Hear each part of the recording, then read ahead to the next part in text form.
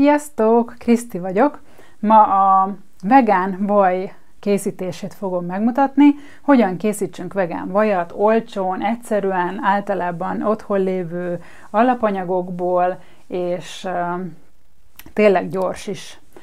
Annyit tudok még elmondani erről a vajról, hogy nagyon hozza azt az élményt, amit a régi vajak, csak nem állati tejből. Úgyhogy a fő összetevőnk a kókuszsír lesz, amit finomított kókuszsírt fogunk használni, azért, hogy ne legyen meg ez a kókusz íze, de már találtam olyan kókuszsírt is, ami hidegen sajtolt, de nem volt meg az a nagyon jellegzetes kókusz íze. Ezt nem tudom, hogy lehet, de találtam már. Úgyhogy ha ilyet találtok, azt is nyugodtan lehet használni. Szükségünk lesz valamiféle tejre, ami nyilván ebbe a verzióba vagy rizstej, vagy mandulatej, vagy valamilyen olyan tej, akár lehet zaptej is. Én most egy picit csaltam, és ez is egy tipp, vagy törük, ez most ez rizstejszín, és egy pici rizstejszínhez adtam egy kicsi vizet, és így lett nekem rizstejem mára. Lesz szükségünk pici sóra, kurkumára, mert az aranypor gyakorlatilag, ami idézőjelbe aranypor, de a szervezetünknek fantasztikusan hat, viszont kicsit tegyünk bele, a színe úgyis színez, de nincs szükségünk most a kurkumának az intenzív ízére. Úgyhogy még az almaecetre lesz szükségünk, és tulajdonképpen ennyi is. Úgyhogy szépen mindent mutatok, ebből van a rizstej. Nem tudom, hogy mondtam-e, de lesz szükségünk egy kis sörélesztőpehelyre, ezt én már ide áttettem. Aztán az olívaolaj, ami Görögországból van, és extra szűz, de ebből is figyelni kell, hogyha ismeritek az olívaolajotokat, akkor nyilván tudjátok, hogy most ennek néha van az olívaolajnak természetesen, mivel különböző oliva bogyókból készítik, és ugye ez ugyanúgy, mint a szőlő, különböző ízvilágú, lehet kicsi kesernyés íze, szóval figyeljetek oda, hogy ez ne legyen. Az enyémnek jelen esetben nincsen. Úgyhogy vágjunk is bele. Tehát akkor mutatom is, hogy hogyan készül a vaj.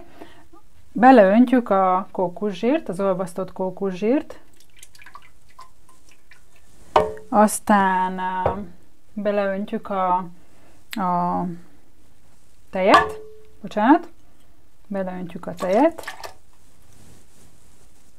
az extra szűz olívaolajat, amiből bele fogunk tenni 2 evőkanállal. Ez megint csak ez a mérce, ami itt könnyen követhető, úgyhogy ebből beleteszünk 2 evőkanállal, látjátok, ez egy, ez 2,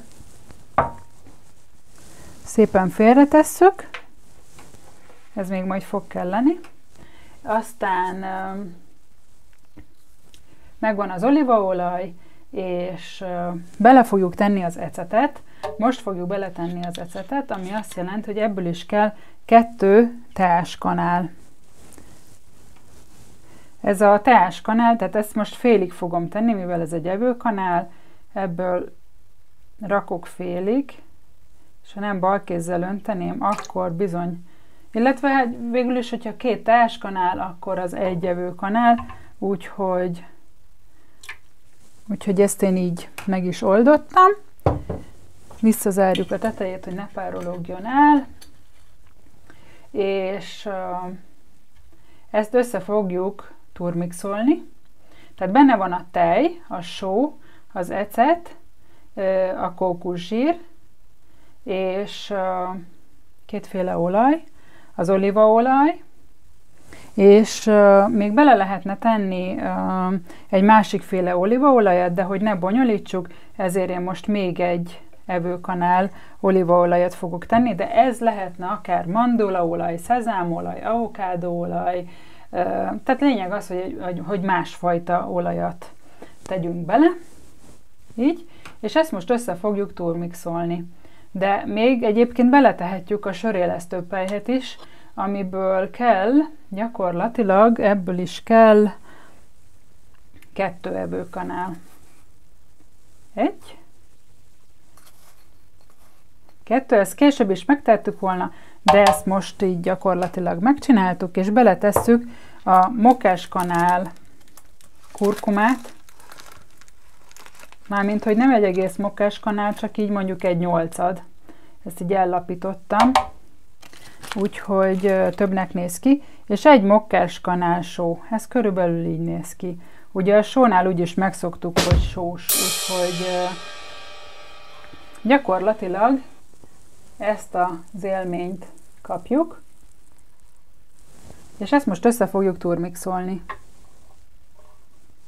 Elkészültem a turmixolással, teljesen vaj színe van, így. Ez most még elég folyékony, de bele fogom önteni egy tégelybe, amit már elő is készítettem, és aztán majd megmutatom, hogyha megdermed, hogy milyen lesz. Így néz ki. Ez most még teljesen folyékony, de ugye ez meg fog szépen termedni, és egyébként teljesen még jobb is, mint a vaj, mármint az állati vaj, mert még a hűtőből kivéve is kellemes, használható. Úgyhogy vissza fogok jönni a kész vajacskával. Addig is, ha van kedvetek, készítsétek el, de már is hozom majd. Ha eltelt az idő, akkor hozom a megdermedt vajacskát.